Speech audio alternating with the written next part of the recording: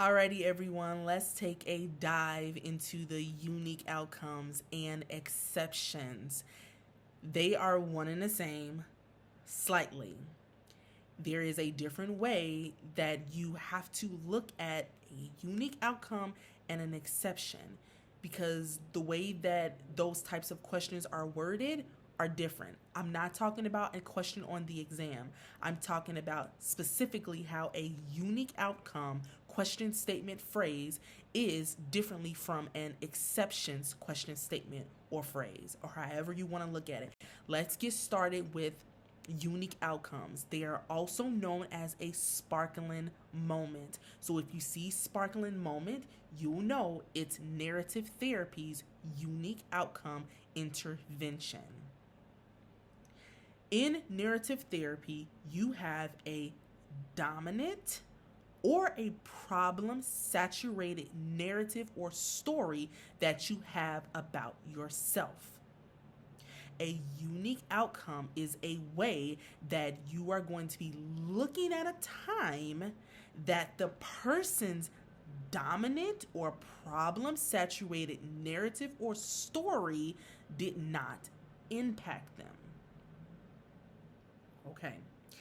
They are also used to just be a reflection of a moment or a time that person's preferred story, narrative, or whatever wasn't overlooked. Okay? Even if it was overlooked before, which is the preferred narrative, which is what you want out of life, which is what you want to change, which is what you want to be different, if it wasn't overlooked, that's the sparkling moment. Okay? Now, this is an example. A person that sees themselves as you're no good, you can't do it, you're a failure. You remember a time when you did not show anyone or show yourself that you were no good, you wasn't a failure, and you can't do anything. At that moment, what you did contradicted your dominant story or your problem-saturated story during that moment. Hi, my name is Carrie. I'm a failure. I can't do anything right. All I do is get stuff wrong. But Carrie, don't you remember that time when you helped your sister during that crisis, that big crisis that she had? That's me finding a sparkling moment within my preferred narrative or my problem-saturated story that I have about myself. I have an example. A person or a teenager, whoever the case may be, I always mess things up. I can't never do anything right. But didn't you just lead a successful group project? That's the unique outcome. And you know what it did? It showed that he had competence and leadership, although he seems to think that he can't never do anything right and all he does is get stuff wrong. Same as me. I'm a loser, I'm a failure, I can't never do anything right. But I helped my sister through that crisis, and that showed that I am competent and I can do it. That's a unique outcome. Now, these are the unique outcome questions.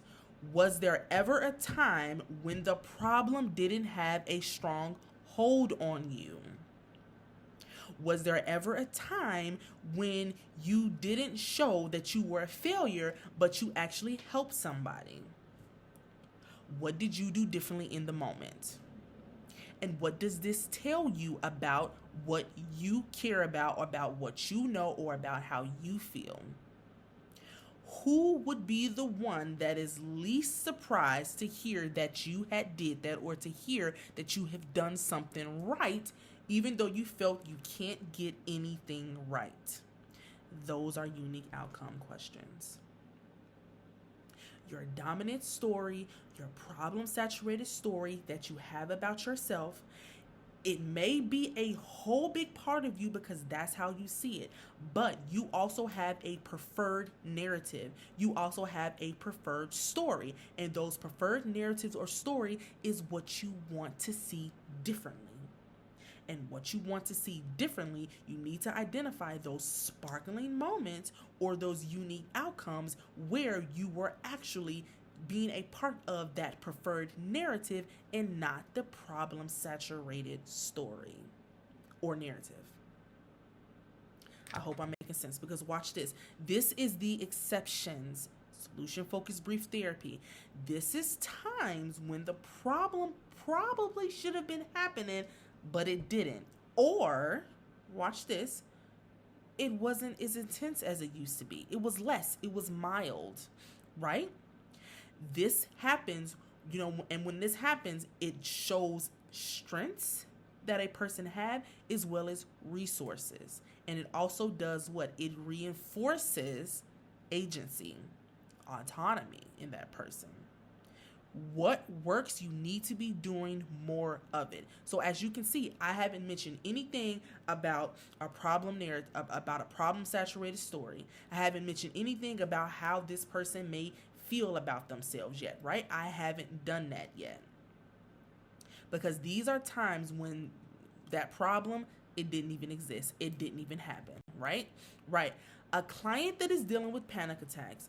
You know what? Yesterday, I didn't even have one.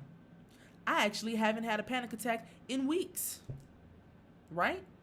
But my problem is, or my issue is, I have panic attacks. But now, there was a time when I don't even have them.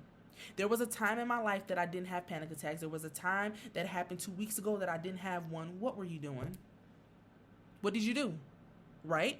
A couple in conflict says, we didn't argue last weekend. We just spent time with the kids. Okay. When was the last time you all didn't argue? When was the last time you just spent time with the kids and you didn't argue? A person struggling with motivation. Last month, I finished an assignment early, right? Because, in the past, you've struggled with, motivation.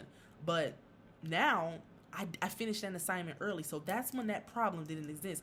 When was the time that you didn't take all day long to complete an assignment? Last month. Because I finished assignment early, right? Okay. Can you think of a time recently when a problem didn't happen? Can you think of a time when you wasn't lazy? Can you think of a time when you didn't have a panic attack? What was different about that time? And what were you doing that it helped? Because whatever helped, then you need to be doing more of it. Right? It's nothing about a preferred story, a preferred narrative, what I want to feel like, right? It's just about, I got this problem, when didn't it exist?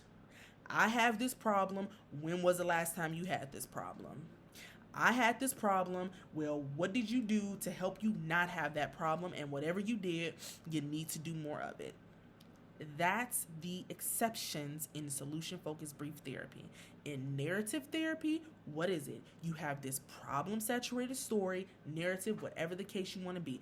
It's a part of you. It takes over you. But we need to know when there was a time that this problem narrative did not contradict what you wanted it to be, which is the preferred part. It's like a two-part process with unique outcomes versus exceptions. Okay, you got this problem. Well, when was the last time you had it?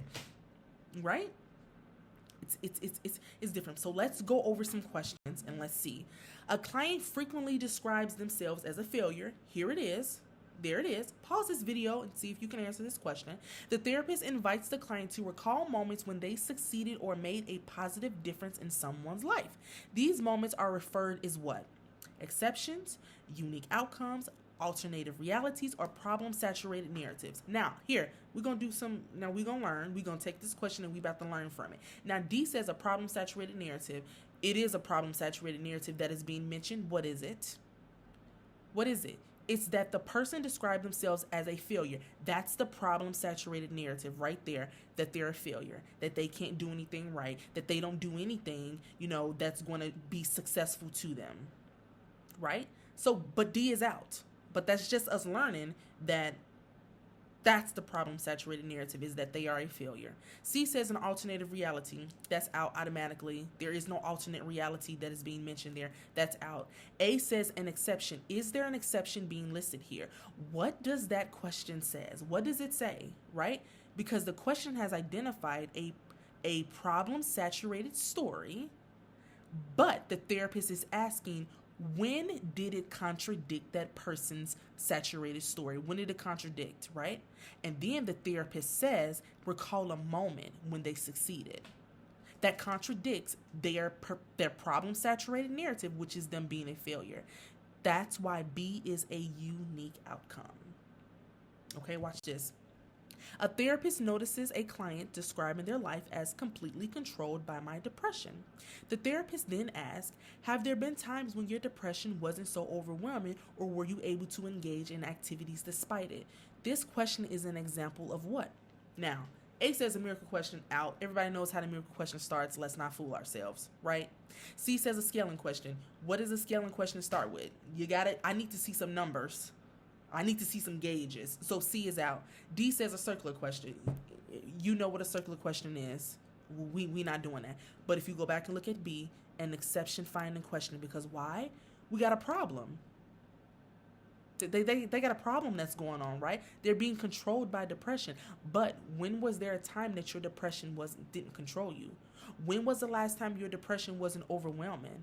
And what happened? What did you do? And if whatever it worked, when you found out that depression wasn't overwhelming you, that's what you need to be doing more of. That's the exception. That's the exception that is being presented in that question. Okay, look at this one. Which of the following best describes the differences between exceptions in solution-focused brief therapy and unique outcomes in narrative therapy? Pause the video if you want to, because I've been talking for the past 12 minutes, and I can automatically look at these responses and just automatically get rid of the ones that makes absolutely no sense, because A says exceptions focus on past successes, unique outcomes focus on problem causes. Get rid of it. That doesn't even make any sense, right? C says exceptions are used to diagnose. Oh, for the love of God. No, absolutely not. We ain't diagnosing nobody from a question or prescribing treatment from a question. Get rid of it. Exceptions involve family dynamics. Unique outcomes focus solely on individual experiences. Can be not, but wrong. Absolutely wrong. B says exceptions highlight times without the problem, right? Because in exceptions, you got a problem. Well, when didn't it exist? Right? Unique outcomes reveal moments contradicting the what? The problem story. You got this problem narrative about yourself. I'm a loser. I can't get anything right. Okay, well, when did you succeed? When did you help someone? When did you show that your preferred narrative contradicted that problem narrative that you had? That is unique outcomes and exceptions in narrative therapy and solution-focused brief therapy. If after watching this video you still are confused between the two, then I got to be doing something wrong, and I need somebody to tell me what it is I'm doing wrong so that I can help you have a better understanding of these two types of interventions. Leave me a comment, message me on Facebook. I am here to support. I want everyone to understand the differences between these two interventions. Like I said, find me on Facebook or whatever, leave me a comment, leave me a message. I am here to help if need be.